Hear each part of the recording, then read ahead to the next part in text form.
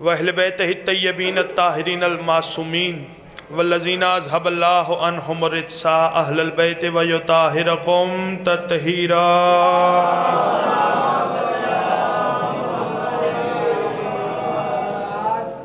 دعا ہے خلاق دو عالم مخدومہ عالمیان کی عزت اور عظمت کے صدقے میں ہماری اس عبادت کو اپنی بارگاہ میں قبول و منظور فرمائے۔ بانیان مجلس کے مالک مرحومین کے درجات بلند فرمائے۔ جو دعائیں بانیان سمیت آپ احباب اس صف عزا پہ لے کے آئے ہیں، مالک تمام حاجات کو قبول فرمائے۔ جتنے بیمار مومنین ہیں، بالخصوص میرا بھائی اس وقت بیمار ہے، مالک سید الساجدین کی بیماری کا صدقہ سب کو شفائے کاملہ عاجلہ عطا فرمائے۔ سب سے اہم دعا، خدا ہمارے وارث حقیقی کے ظہور میں تعجیل فرمائے۔ دعاؤں کی قبولیت کے لیے صاحب عصر و زمان کی صحت و سلامتی کے لیے بآواز بلند صلوات پڑھیں۔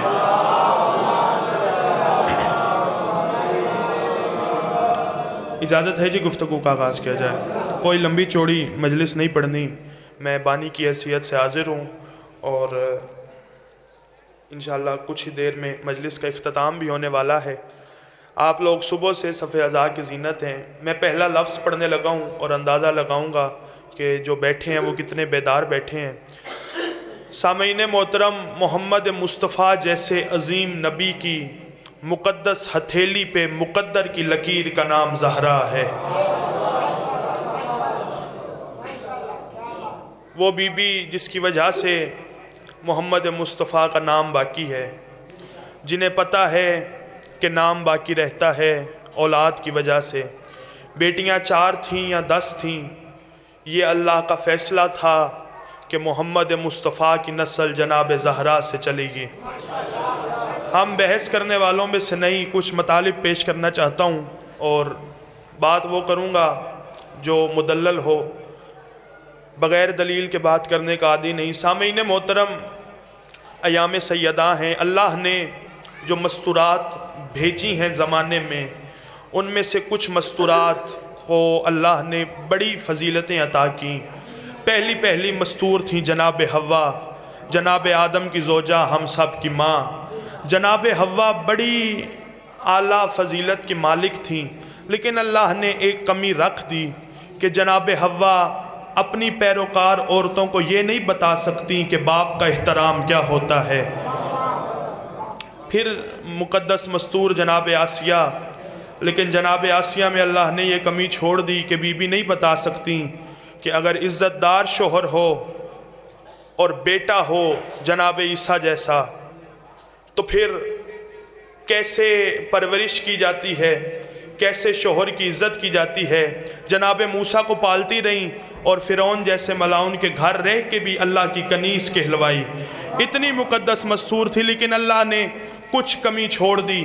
پھر آ جاتی ہیں جناب مریم، عیسیٰ کی ماں، بڑی فضیلت والی بی بی ہے، پہلی بطول ہے زمانے کی، اور بطول عہدہ ہوتا ہے، یہ میں عشرے میں بھی سمجھا چکا ہوں۔ سامعین محترم، جناب مریم کی بڑی عزتیں ہیں، بڑی فضیلتیں ہیں، اللہ کے نبی کی ماں ہیں، لیکن جناب مریم بھی یہ نہیں بتا سکتی کہ شوہر کا احترام کیا ہوتا ہے۔ پھر آ جاتی ہیں جناب سیدہ فاطمہ الزہرا، یہ وہ بی بی ہیں جو محمد کے گھر کی بھی اکمل ترین مستور ہیں۔ جناب رسالت مآب کی جتنی ازواج ہیں، صرف جناب ختیجہ کو یہ اعزاز حاصل تھا کہ وہ محمد مصطفیٰ کی اولاد کی ماں کہلوائیں، ورنہ کسی اور زوجہ سے کوئی اولاد ثابت ہی نہیں ہے۔ لیکن محمد کے گھرانے میں زہرا اس بی بی کو کہتے ہیں سرداریاں جس بی بی کا طواف کرتی ہو۔ اب کرو سوال، سرداریاں کیسے طواف کرتی ہیں؟ جس بی بی کا باپ نبیوں کا سردار ہو، بیٹے جنتی جوانوں کے سردار ہو، اور شوہر ولیوں کا سردار ہو، خود جنتی عورتوں کی سردار ہو، پھر کسی کمی کی بیٹی کی اوقات ہی نہیں وہ بطول کا مقابلہ کر سکے۔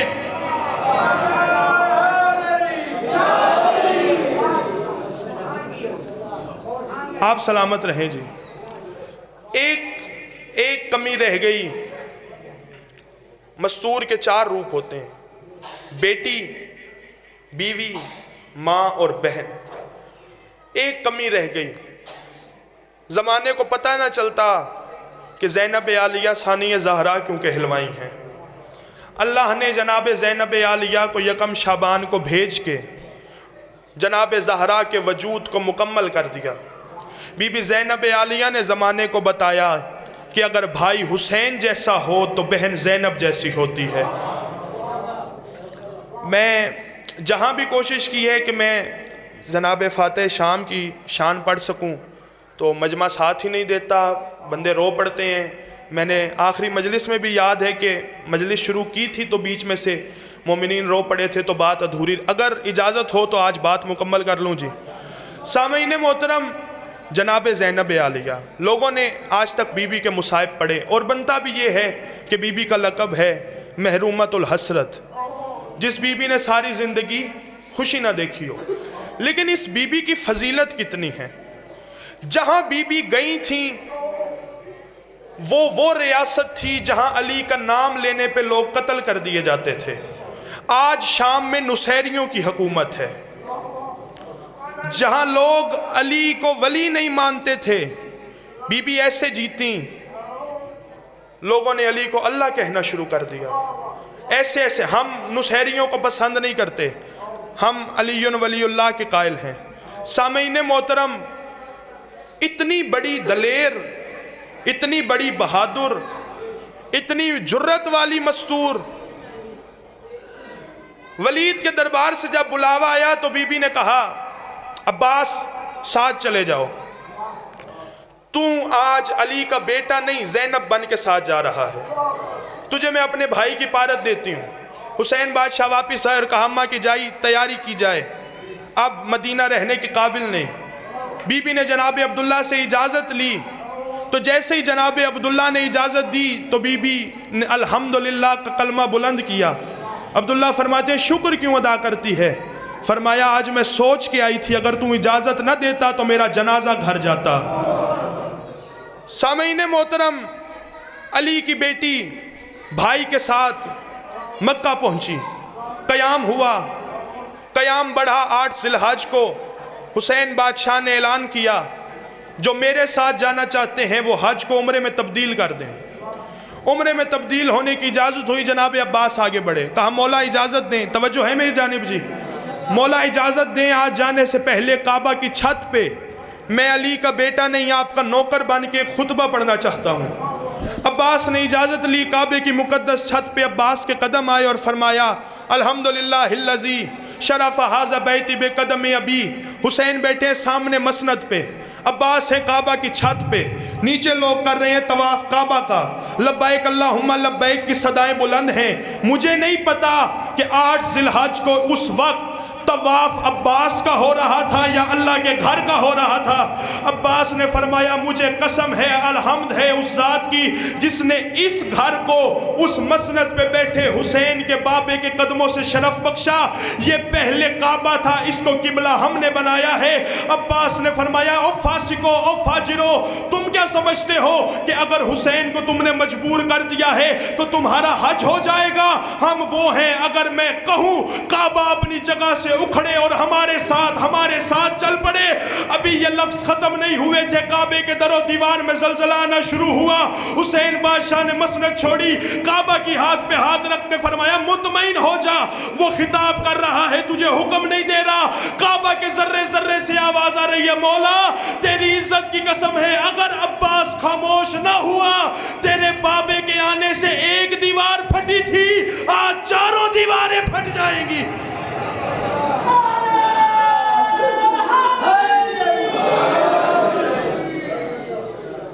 جزاک اللہ ذوالفقار صاحب، مالک آپ کی زندگی دراز فرمائے۔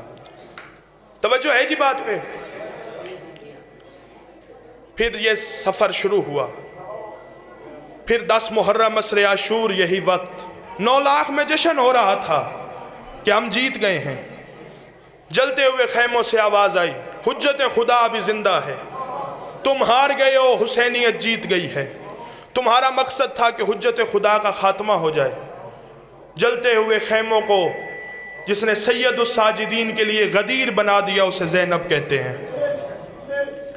علی کی بیٹی نے سجاد کی دستار پوشی کرائی، امامت کی دستار حوالے کر کے قافلہ چلا شام کی جانب. حسین بادشاہ کا سر نیزے پہ تڑپتا تھا. جرت مند بیٹی علی کی بھائی کے سر کی طرف دیکھ کے کہتی تھی گھبرا نہ، میں دیواروں پہ لکھواؤں گی، باغی نہیں نمازی تھا.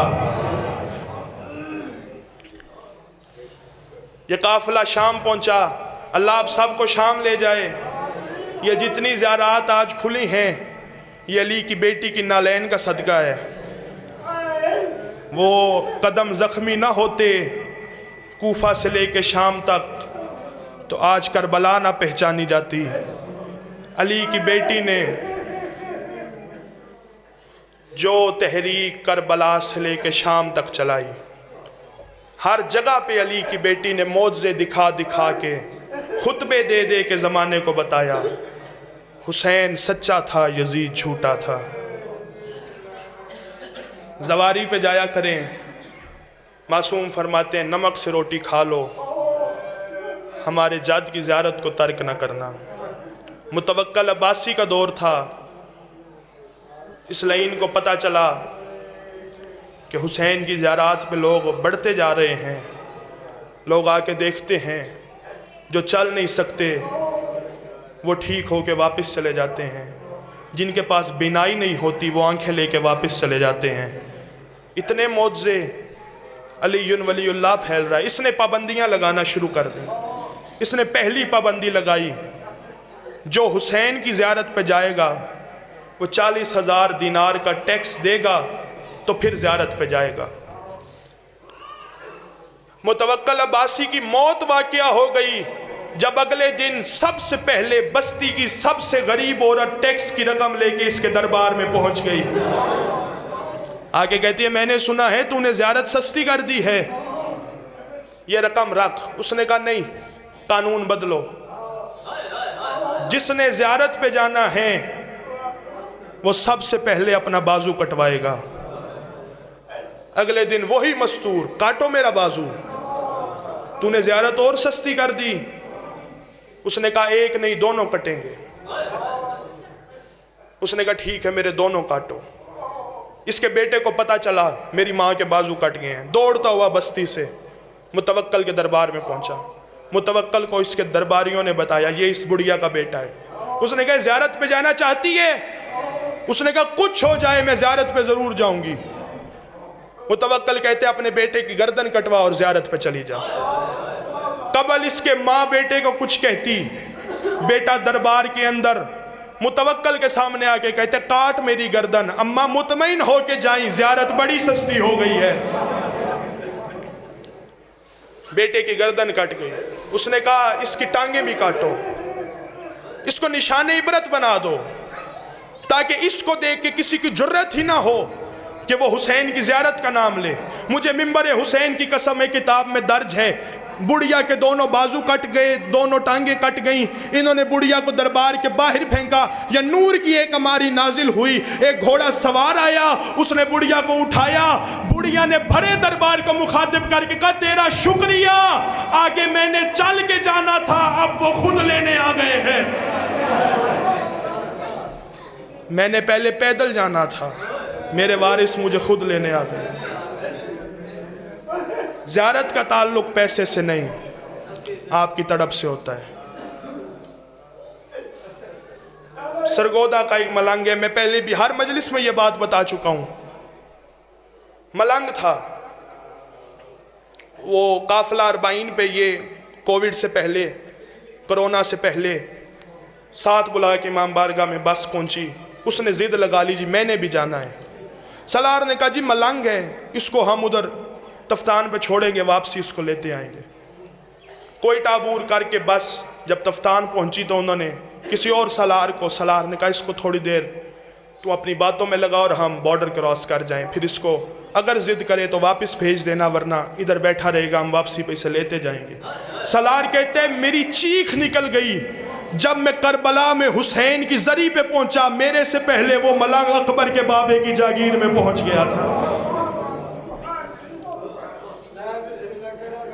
زیارت کا تعلق آپ کی تڑپ سے ہے. جس دن انہیں آپ کی تڑپ پسند آ گئی آپ کا بلاوا آ جائے گا. حسین کی زیارت کو مانگو، اللہ آپ سب کو شام لے جائے۔ محسنہ لوگوں کے بھائی بہنوں کے محسن ہوتے ہیں، یہ وہ بہن ہے جو اپنے بھائیوں کی محسنہ ہے۔ شب جمعہ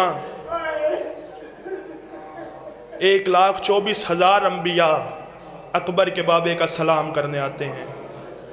اکبر کا بابا اپنے نانا سے کہتا ہے، نانا سلام میرا نہیں، دین بچانے کا شکریہ ادا کرنا ہے، میرے ساتھ شام چلو۔ شکریہ ادا کرو میری ماں کا، میری بہن کا، جس نے ہر موقع پہ نہ مجھے ماں کی کمی محسوس ہونے دی، نہ مجھے بابے کی کمی محسوس ہونے دی۔ بھائی کا انتظار تھا، عبادت میں سارے ہی شریک ہو چکے ہیں۔ عزاداران مظلوم کربلا،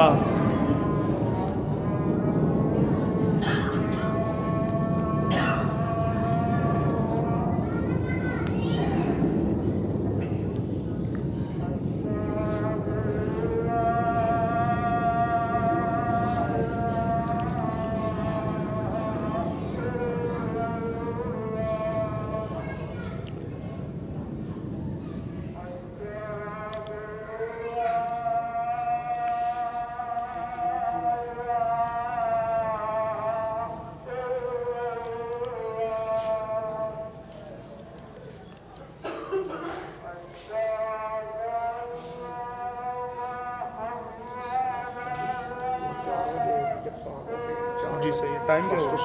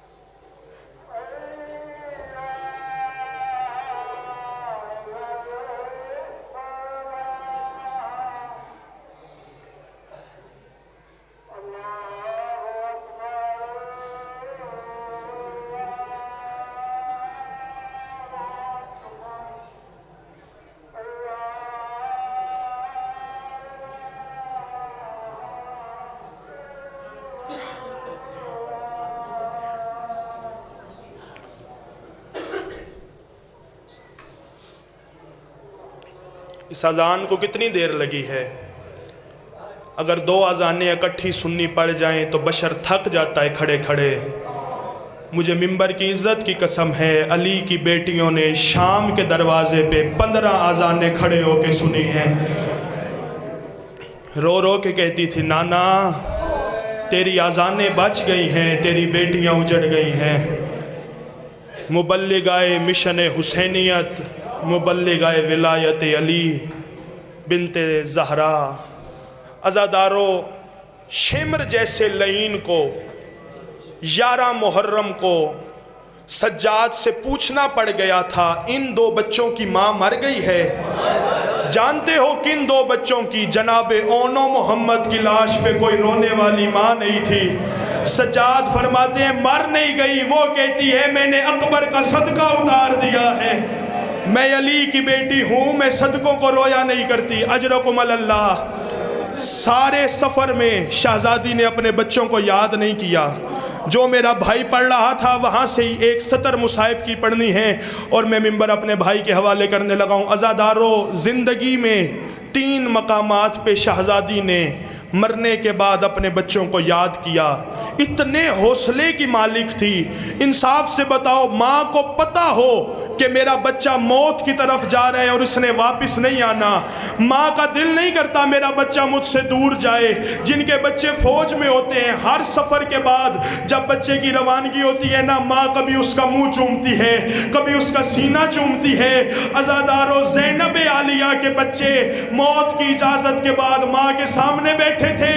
شہزادہ اون کہتے ہیں اماں آخری سفر ہے میرا بوسہ لے لے. رو کے کہتی ہے زینب کا بوسہ کوئی مذاق نہیں ہوتا. میری 4 شرطیں ہیں ان پہ عمل کرو گے زندگی میں نہیں جب قید نبھا کے کربلا واپس آؤں گی تمہاری قبروں کی مٹی کو چوموں گی. جانتے ہو کون سی شرطیں تھی؟ پہلی شرط تم نے لڑنا ایسے ہے ان کو پتہ چل جائے تمہاری رگوں میں جعفر طیار کا خون ہے. دوسری شرط لڑتے ہوئے تم نے پانی کی طرف دیکھنا بھی نہیں. تیسری شرط جب گر پڑو گے جنت کے دروازے پہ تمہارا نانا علی میرا نانا محمد تمہارے استقبال کے لیے کھڑا ہوگا. اکیلے نہیں ہوں گے ان کے ہاتھوں میں جام کوثر ہوں گے. جب وہ کہیں گے نا پانی پیو تمہیں میری قسم ہے پینا نہیں. ہاتھ جوڑ کے کہنا نہیں پیتے ابھی سکینہ پیاسی ہے. عزادارو چوتھی شرط جناب زینب کہتی ہیں خبردار جو تم اکبر کی جاگیر میں اترو کوئی یہ نہ کہے آدھی قیمت اس لیے دی تھی عبداللہ کی نسل کربلا میں دفنانا چاہتی تھی زینب. عزادارو شہزادی نے بچوں کو ودا کیا. 11 محرم کو قافلہ چلا. بی بی نے اکبر کی لاش کی طرف دیکھ کے وین کیا. اونٹ کی پشت پہ بھائی کا آخری سلام کیا. جب نظر پڑی بچوں کی لاشوں پہ شہزادی نے آنکھوں کے آگے ہاتھ رکھ لیے. جانتے ہو پہلی دفعہ یاد کب کیا؟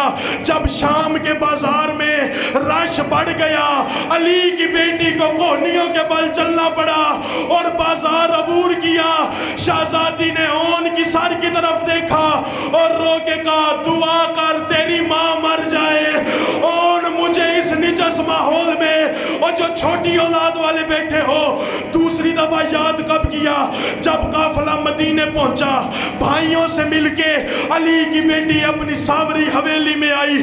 2 چک والوں آخر ماں تھی نا. جیسے ہی حویلی میں آئی عبداللہ نے دروازہ کھولا. شہزادی کو 2 چھوٹے مسلح نظر آئے. بی بی مٹی پہ بیٹھی آواز آئی اونو محمد ماں کا زندہ رہنے کو دل نہیں کرتا جو ابھی رو نہیں سکا. عبداللہ کی آواز آئی علی کی بیٹی تیرے ساتھ میری جوڑی گئی تھی. فرمایا مبارک ہو تیری قربانی اللہ کی راہ میں قبول ہو گئی. فرمایا میرے بچوں کا کوئی پیغام؟ بی بی کہتی ہے تجھے سلام دیتے تھے. عبداللہ فرماتے ہیں ایسے نہیں جیسے وہ کرتے تھے ویسے کر کے دکھا. مدت کے بعد علی کی بیٹی نے وارث کے سامنے اپنے بازو چادر سے نکالے. ابھی ہاتھ ماتھے پہ نہیں آئے تھے. عبداللہ زمین پہ بیٹھے. آواز آئی سلام نہ دے مجھے اتنا پتا تیرے بازو اتنے زخمی کیوں ہیں. آواز آئی چاچے جایا میں رسیاں پہن کے کبھی اس بازار میرے مان ختم ہو گئے میرا غازی مارا گیا. والسلام علیکم.